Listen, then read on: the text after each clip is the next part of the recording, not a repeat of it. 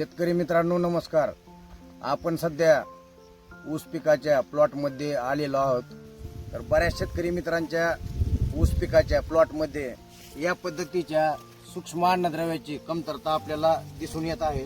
तर यामध्ये बघा ऊसाची पानं अशा प्रकारे पांढरी पडलेली आहेत. ही फेरस म्हणजेच आयर्न या अन्नद्रव्याच्या कमतरतेची लक्षणं आहेत. तर यासाठी आपण फवारणीद्वारे चिलेटेड फेरस 20 लिटर पंपासाठी 20 ग्राम घेऊ शकता. त्याच पद्धतीनं जर आपलं ठिबक असेल तर ठिबकद्वारे आपण एडा फेरस प्रति एकर क्षेत्रासाठी 500 ग्राम देखील आपण ठिबकच्या माध्यमातून सोडू शकता.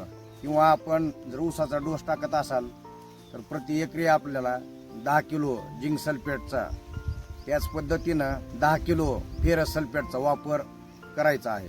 ऊस शेतीविषयी नवीन माहितीचे व्हिडिओ पाहण्यासाठी चॅनलला फॉलो करा. धन्यवाद.